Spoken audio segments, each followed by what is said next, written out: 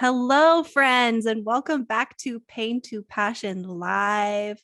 Guys, I am so excited because I get to talk to one of the coolest people I know, Dr. Krissy Doyle-Thomas. I found her on Instagram. I don't know. It's been a while now, It's been a while. at Yes. least a year, at least. And she's amazing. Y'all, the woman is a neuroscientist, okay? Like, that is pretty awesome. I don't know how many neuroscientists you know, but I know one, and this is her. And Krissy, I'm just so glad that you're here, that you have taken the time to be here with us, because I know that we're going to just learn a lot from you, and I think you're an incredible woman. I would love for you to just introduce yourself, kind of tell us who you are and what you do. Absolutely. And Gabi, thank you so much for having me here. I think this is the second time we're chatting on Yes. an interview type situation. And I love talking with you because I just love your messaging on social media. Aw, It resonates so much with my heart and what I believe. So I'm very happy that, we can meet and talk and see how we can, collaborate on getting definitely. information out there. So thank you for having me. Thank you for having me. Thank you. Yes, well, I mean, as you mentioned, a medical neuroscientist, and what that means is that really I kind of study how the brain impacts different types of health conditions. And of most interest to me, and where I really focus a lot of my time, is on mental health conditions. So I am an immigrant to Canada. So I migrated here from Trinidad in the warm, sunny islands within the Caribbean when I was 9 years old, like back in 1990. So I've been in Canada the majority of my life. But really what got me into neuroscience was my family's experience. So when we migrated, my youngest sister received a diagnosis. And at the time, the health community didn't have much information about it. First began as a young immigrant family navigating, healthcare within Canada. I'm Canadian, so navigating healthcare within Canada was new to us and could be scary at times, right? Especially with a kid who has special needs. So that was an interesting experience. And my family, in dealing, like many other families, in dealing with a diagnosis of a child in the family, there was a lot of pressure, mental health, challenges just with my parents trying to cope with moving my family to a new country, having a child with special needs. And what does this mean? Like this new life in a new country mean? And being who I am, I feel very deeply in my heart. When things happen, it affects me quite a lot, right? When I talk about my emotions, and I think I had that from a very young age. So seeing and witnessing my parents navigate through that situation while putting us all through school and caring for my sister in the absence of having medical information we can understand, I was like, I got to do something about this. Wow. Like, not knowing what that something was, I felt really strongly about when I got to university, I have to learn something about within the medical field so I can support my family and other families like me. Now, my sister and I are 7 years apart, and you can imagine we're growing up at the same time. So there's only a little bit I can do while I'm studying to help her. But I think right now within my career, it's really close to my heart that now that I have all this information and I have contributed in the ways that I can with my research, and I have the medical knowledge, that I can actually help families who might be experiencing things that my family went through when my sister was much younger. She's doing fantastic now. She has a family of her own, and she has two kids, two beautiful kids. Aw. So she's come out quite in a fantastic way. Other families might be struggling, right, and still navigating this space. So my intention and getting into the medical field, and especially the research part, is answering those questions that we still don't know about the brain, or we're learning, but learning it slowly, that families can use to care for their loved ones and just understand how to navigate that space. So that's really my backstory and how I got into medical neuroscience. And I absolutely love it. Like everything about the brain, it's just like, it's like a kid in a candy store. I absolutely love talking about the brain. So I put a lot of that content out there, and hopefully it's helpful to people as they navigate their own lives. You do love it, and it totally shows in your Thank content. you. I mean, every time you show up, you've just got like this great energy, this great smile, and you're talking in a way, first of all, that's really relatable to people, which Thank I know you. is your heart. Like Mm. with your experience, your story is amazing. And this experience that you had of you're an immigrant family, you're in a completely new culture, you're in a new medical system, having to figure all of this out. I can imagine that your parents and therefore you to an extent felt so over your heads, right? Yeah, absolutely. And you know what? I have three sisters, so four girls in my family, Mm. and I am the second to last. So my baby sister was the one with the medical condition. And I don't feel like that this was ever a huge like burden on my Mm-hmm. parents.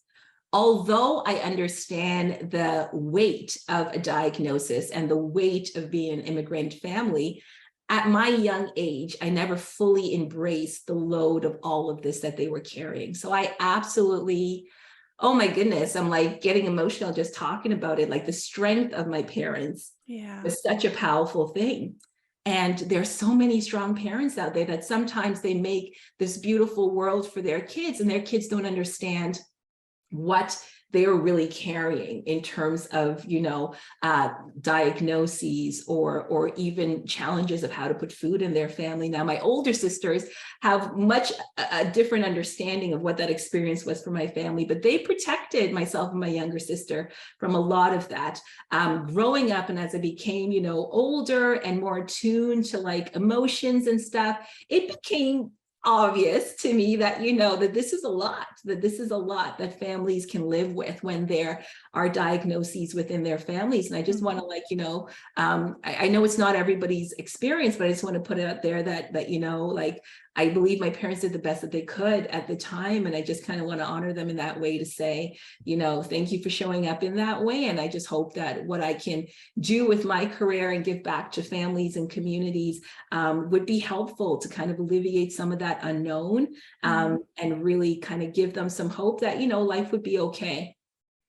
Wow. Yeah, I was going to say kudos to your parents for real, for you to feel so sheltered and protected from that burden that they were carrying. And of course, as you get older and your older sisters had more of an understanding, you get to understand more as well.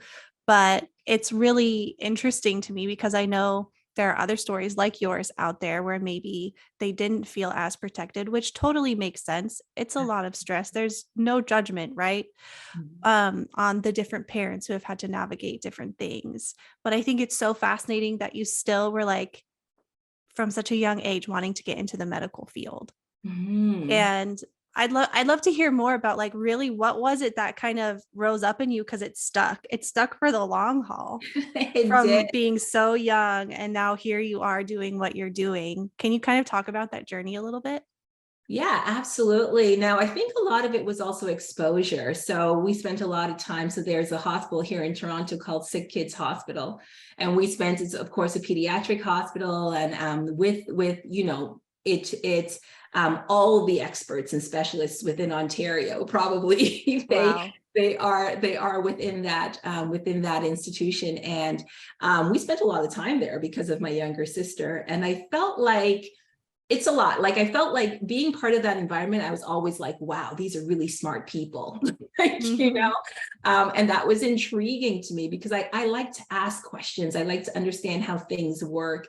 I like to be fascinated by things like science and medicine. So when they come in the room and they're talking to my family, or we're trying to understand what my sister was living with, and it was like I was meeting a rock star. Like I literally felt like they were superstars. So I think that was a big motivating factor for me. Yeah.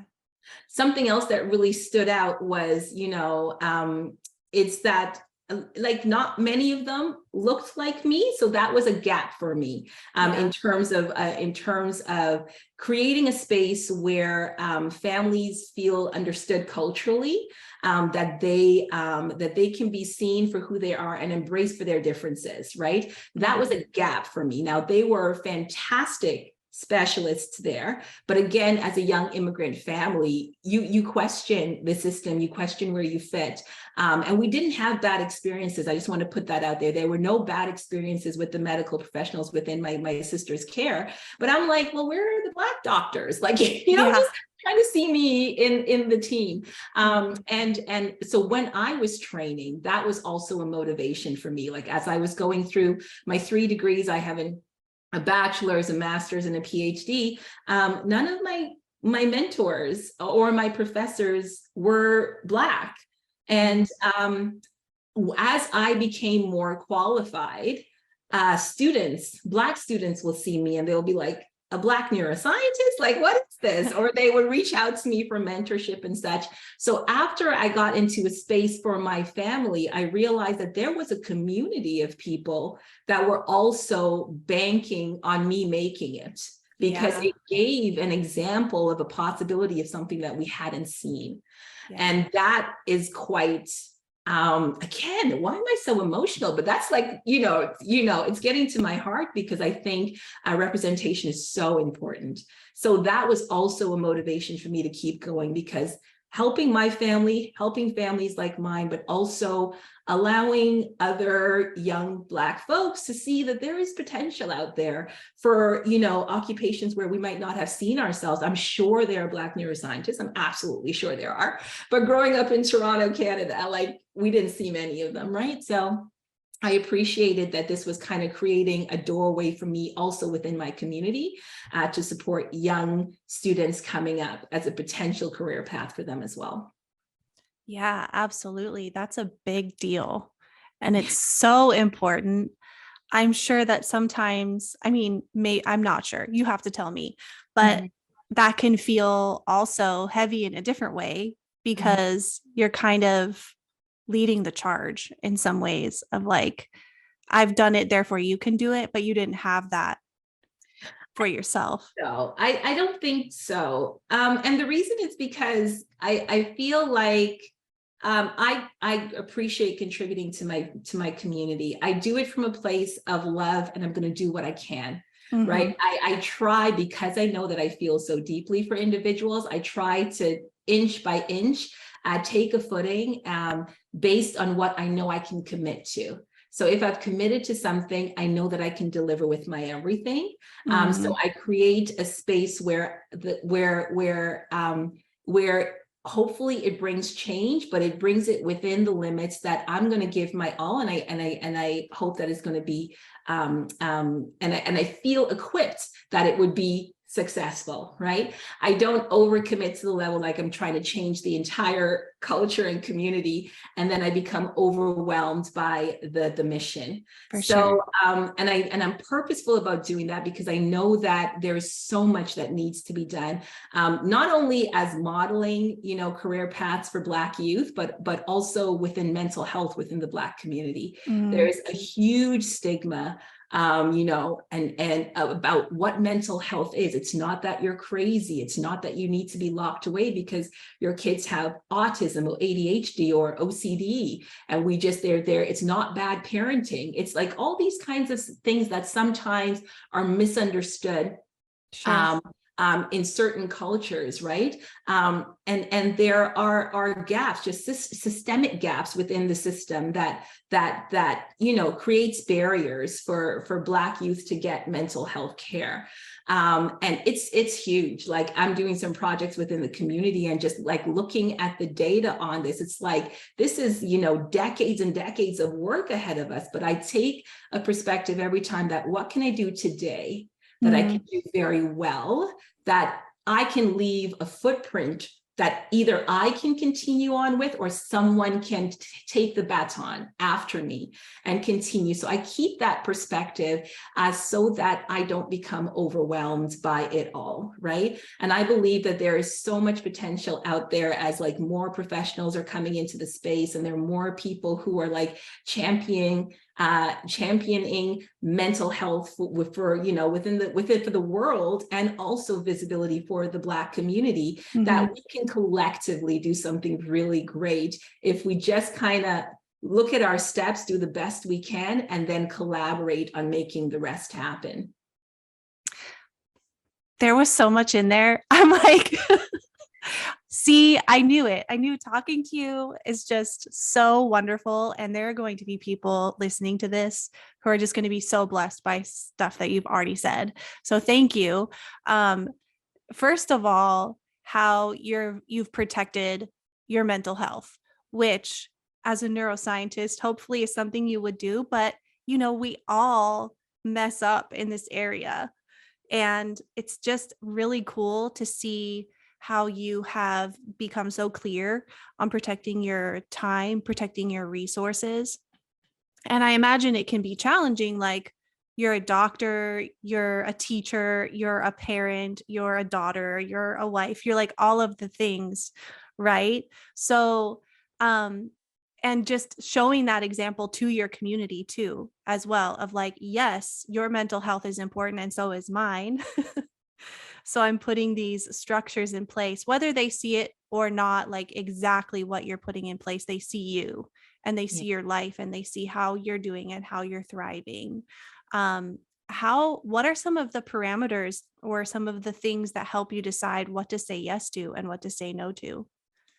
Yeah, that's a great question, Gabi. And I haven't always been like this. Like, I went through my own mental health journey, to be really honest with you. I mean, when you're qualifying and going through your degrees, there's always, times where you question, am I, supposed to be in this room? Like, Yeah, do I have what it takes? That whole imposter syndrome thing, right? for sure. And especially as you're a trainee coming about and you're sitting, and myself, we're sitting in the room with well-respected people within the field, you always are like, oh my gosh, that bar is so high. Am I ever going to reach there? So I have definitely gone through times in my life where I have been overwhelmed by the space that I was in. Mm-hmm. And I had to, I went through tough times. I mean, there were times where I had to go to my doctor and say, I am crying a lot and I'm out of control. What is happening to me, right? And they would say, okay, I think you might have depression. Like, let's talk about this. So I have gone through it, right? I've gone through times in my life where I've had panic attacks because my ambition puts me into spaces that could create a heavy load, right? And after those moments, now that I'm 41, I have grown in wisdom to understand, no, there are limits. There's a way that I'm going to work to protect my own mental health and to protect the effectiveness of my efforts. And that came with time. That came with time. When I was coming through the system, training and stuff, it was all about ambition and pushing as hard as you can and getting as far as you can, as fast as you can. But that ambition really challenged me at times. And I had to say, no, what's the priority here? And it took career changes for me, right? I was in research full-time as a medical neuroscientist within a hospital setting for 8 years until I said to myself, and it's not everybody else's story, but until I said to myself, this is not a healthy environment for me. I have not learned how to balance the ambition of this place with my true desire to have an impact, like my research and my service to have an impact. And I had to switch that to create more of a balance between my teaching and my research, because I love people. And I really, from the very onset of my lived experience, I wanted to help families. And my research is fantastic, and I am appreciative of that. But really, it lives in medical journals and academic journals, and it doesn't get back to the community that I want to help. So within me, there was already that battle about, are you being as effective as possible? And I found that when I aligned with what my passion is and what my purpose is, was when I started to move into a space where I had freedom to operate with my whole self and be most effective. So I made the switch to having more of a teaching load than a research load. And that connected so authentically with who I am personally and with my passion of teaching and touching the community. And now I teach, community-based health professionals who want to understand more about how to care for people with brain disorders and mental health conditions and disabilities, because they want to build capacity to support their clients. So I'm talking to the people who have that hands-on impact, right, on the community. And I absolutely love it. I thrive in that space. And that's when my mental health started to really get into a healthy space, because it was my passion. So I could give more freely and be more effective, and then have my research facilitate some new questions and new answers in that space. So when I stopped living somebody else's version of what it looks like to be a medical neuroscientist, I found that I was way more successful in my efforts. So I appreciated that mental shift for myself was what was very important for me to then grow in effectiveness and to kind of be excited to go to work every day, because this is what I want to do. This is what I love to do. And the impact is so much greater because I'm not trying to live someone else's story. I'm doing it the way that fits me best. So amazing. Yes. Okay. This is really, really good stuff. Really good stuff. I love how you said that you made a choice to protect your effectiveness. Like, just stopping and pausing and thinking about that, how often I know that I have, and how easy it is to just slip into doing as many things as you can handle. Like, oh, I have this much capacity, so I'm going to fill it up. But then how effective am I really being? Right. So protecting your effectiveness, I think that's something that everyone, from someone who works at a McDonald's to a medical neuroscientist, like, you can relate to that, but also how you made a choice to pivot to align with your passion and your purpose. Like, that's also something that I'm really, really passionate about, helping people to connect with. Because isn't it true that a lot of us get the training and go into a certain space because we are excited about something in that space, but we end up doing it in the way that, our classmates were doing it, or everyone else in that arena was going towards that same space. But what if that's not me? Was there like a pivot point in there where you weren't sure what was going to happen when you said no to the research and then yes to the teaching? Was that like a faith step for you? Yeah, it's interesting, because it was a bit of a fate step. I think it was more so I got lucky that where I teach right now actually approached me when I was at the hospital to help them, launch a project. So I got lucky that it kind of, well, I don't think it's luck. I think it was divinely sent my way. Definitely. For me to step into my purpose, right? But I think where was the tough point was me accepting that as a path that I'm okay to take. I think for a very long time, I had an idea of what a medical neuroscientist needs to do and should do, right, within the field. And this making a shift to more teaching than research. I mean, you're a neuroscientist, you're a researcher, you should be doing research 24/7. That's what you're trained to do. So making the shift to teaching more than doing research, but still having the research facilitate some of that new knowledge that's coming into the classroom was a decision I had to make, because it would have taken away research time from a very competitive field where people are publishing 5, 6, 7, the really good ones, papers a year. I might be publishing 1 or 2 because I'm spending more time teaching. And that means that some career opportunities for me will change. So for me, making that mental shift was what needed to happen. I knew I had to leave for my own mental health. I knew I had to make this shift. I knew that it was aligned with my passion, but I still questioned in myself, are you really ready to leave this path and go to a next?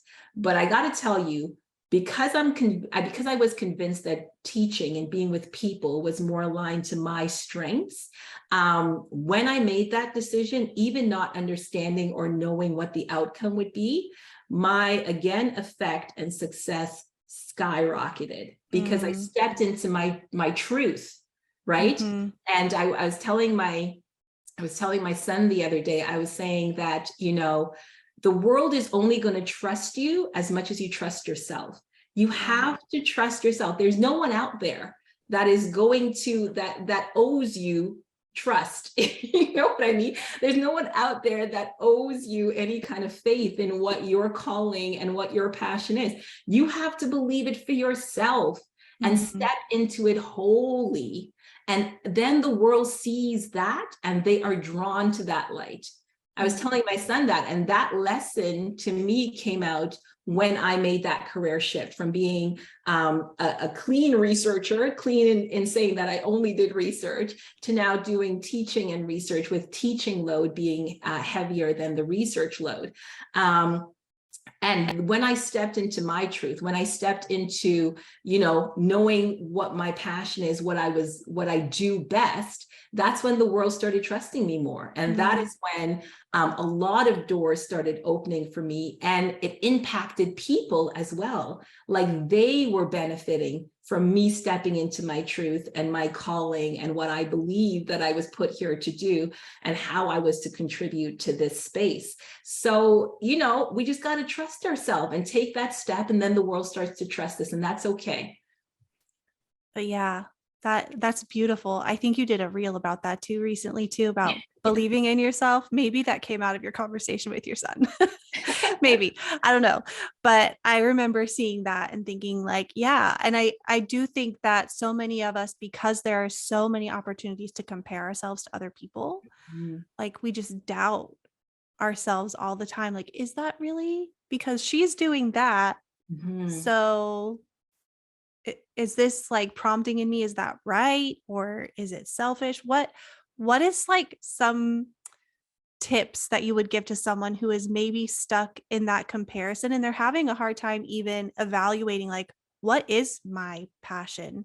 Because I've been thinking about everyone else for so long, I'm not even sure what my passion is. What would you say to that person? Yeah, that's a great question. I can see what I did. I started to spend time with myself in quietness, just connecting with me. You know, I'm a Christian, so that's a big part of how I find what my values and what my intent needs to be. I spent time, without knowing your audience, I'm sorry, I'm going to bring some Christians down. No, do it. Go all Jesus freak on me. It's fine. I know. I spent time in the Word, right? I spent time really understanding who I was in Christ and what I was meant to be, knowing what my strengths are, right? So I had to spend time with myself to know what my strengths are, but then knowing, is there a path for me here? Yeah, being a teacher is one of those, you know, giftings that are given to you. Not everyone has to be, you know, the evangelist, the apostle, the carer. You know, you can have your own path, and that's okay. And then spending time knowing what the promises from the Word that I was going to stand on for that moment in my life, right? So it was finding that connection outside of myself, like what emotion am I feeling? Now, what is the Word telling me about that emotion? And then believing that as truth, because part of the Bible says, you know, we have everything we need for life and godliness. So that means that it's there in the Bible. I just have to find it, right? And if I don't find it, it means I'm looking at things in the wrong way. So how do I need to change this? Anyways, I'm getting sidetracked. No, but I love it. What I'm saying is that I had to spend time with myself. Okay. Sally over there is doing this thing that way, but is that true to who I know I am? And writing things down, that to me, that added step of taking it from my brain to the paper and then thinking about it, reflecting on it, you know, feeling like, is this true to me or not, was the time I needed to see, is this me or is this the world telling me what to do? Is this my job telling me what to do? Taking that time to reflect. I think for me, I had to clear out the noise of other people's opinions, other people's examples, and instead do things my way, like do things that felt true to me. I believe very strongly in a gut feeling that I have, or like just an internal alignment to something that presents itself to me. So I trust that, and I step towards that energy when I feel like this is aligning to what I am. I might not fully understand it in the moment. It's not fully predictable, but I'm trusting that God will open the way, would show me what to do as I take the next step. And I release the need to know everything. I release that need, and I just say, all I need to do is take one step, and the next step will be revealed to me. And that's how I approached it, right?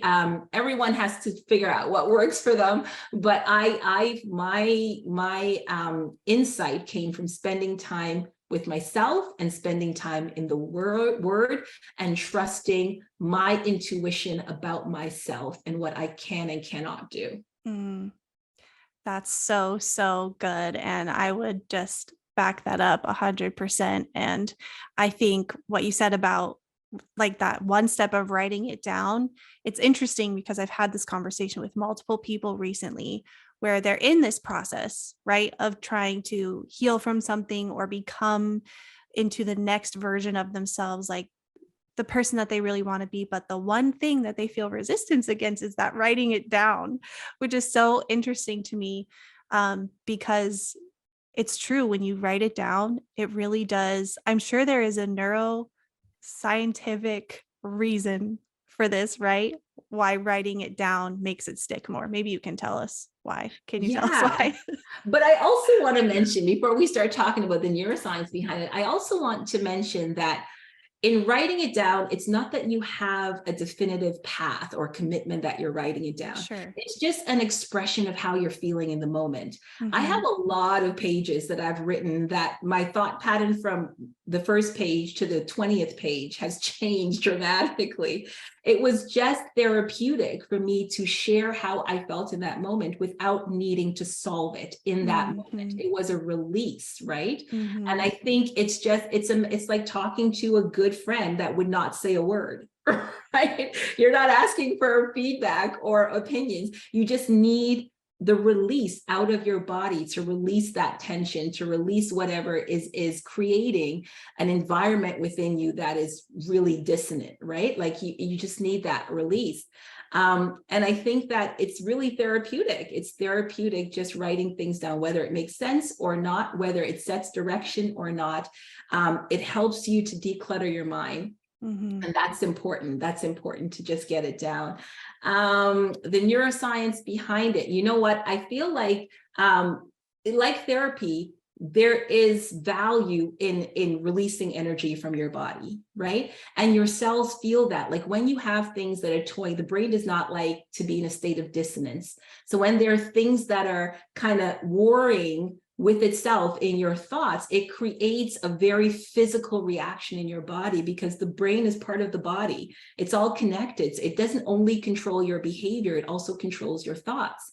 So if something is not aligned in your thoughts, it will affect the tension in your body, how you hold your hands, how you hold yourself. Your shoulders might come up. You might feel that tension, right? It affects everything. So if there is any outlet where you can release some of that tension from your mind, to write it down, engaging your whole self, your hands, your thoughts, your eyes, all this, it's helping to release some of that pent up energy that just frees space for like thinking afterwards, right? It's kind of bringing the subconscious into consciousness, because a lot of what happens in our brain, only a very small percentage of it comes into consciousness. There's a lot of things happening within our mind and our brain that is outside of conscious awareness.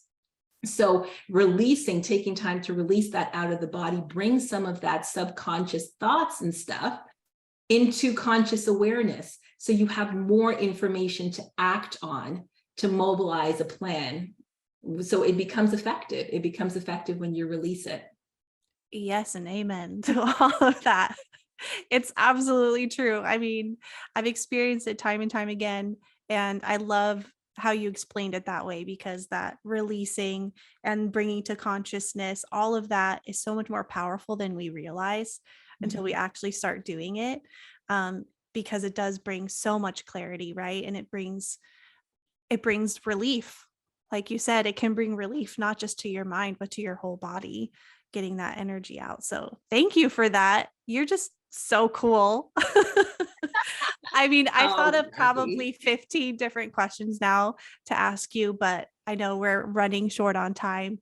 One thing I would love to hear before we go, though, is if you can think off the top of your head, what's one of the coolest things that you have learned as a neuroscientist that has been backed up by something you've seen like in scripture or embodied in who Jesus is? Yes. Oh my. Okay, that's a great question. And now I feel like I want to Google the verse. But there's a verse in the Bible that says, okay, I'm gonna talk while I'm finding the Yeah, go for it. Take your time.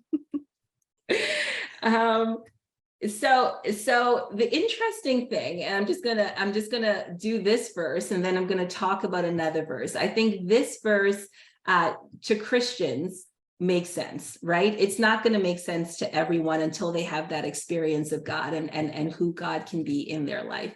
And the verse is Philippians 4:6, right? It says, be anxious about nothing, but in everything, in prayer and supplication with thanksgiving, let your request be made known to God. And I believe after that, it talks about a peace that surpasses all understanding will come upon you, right? Mm-hmm.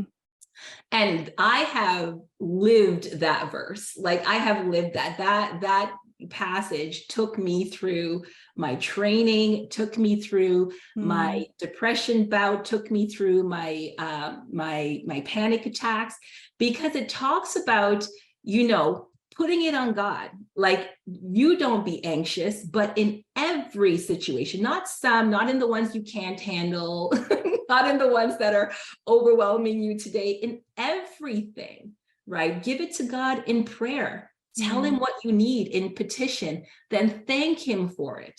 And then his peace will come onto you. And I feel like that verse also talks about releasing, right? We were just talking about writing things down. Like that verse talks about releasing the heaviness onto God. And Totally. he will give you peace in exchange. And I have tested this verse, and it has been true in my life. So that's one verse. I do have a second verse, but you see, you got me started. So hang on a I second. love it. Okay, yeah. So this second verse, actually, it's the verse right after. I didn't even realize that, but it talks about, again, it's Philippians 4 and it's verse 8. And it says, and let me get a version that is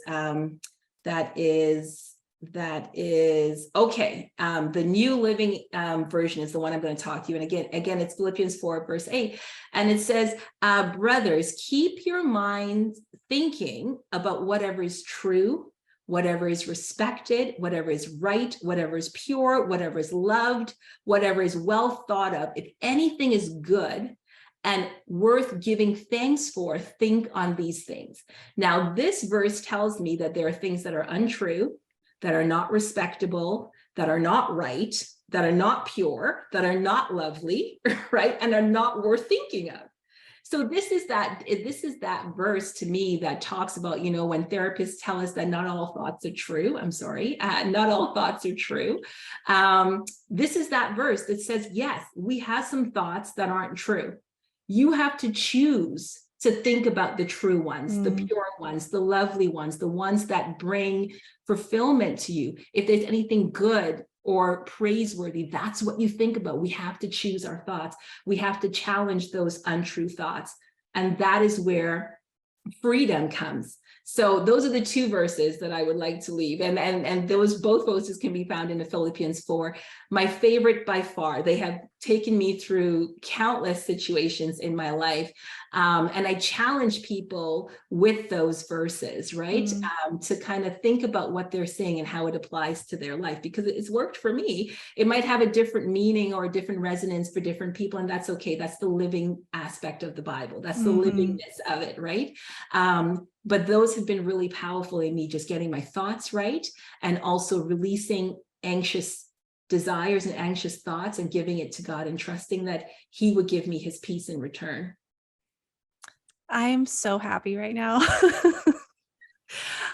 You totally made my day. And what's really cool is I'm actually going through a study on Philippians right now. And this morning I hand wrote those verses at 5:30 this morning. So I'm like, oh, this is cool. God's fun. That was like a hug.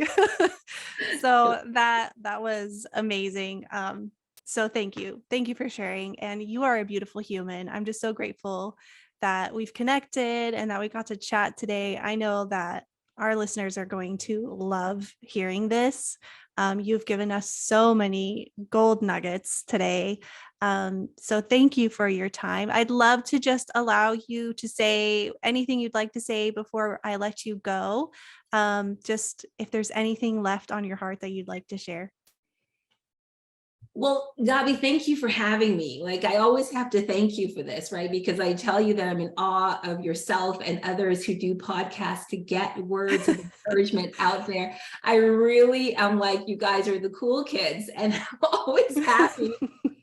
I'm always happy to help contribute in any way. So I appreciate you providing this channel, right, to enrich people's lives. So thank you for that. And I think what I want to kind of leave people with is that, you know, it's okay to take time to learn about yourself, to figure out what really energizing you and what your purpose is, because your impact on this earth is going to be so much more powerful and effective if you know yourself. For me, I knew I needed to get into science to help families, right? I knew that that was my call.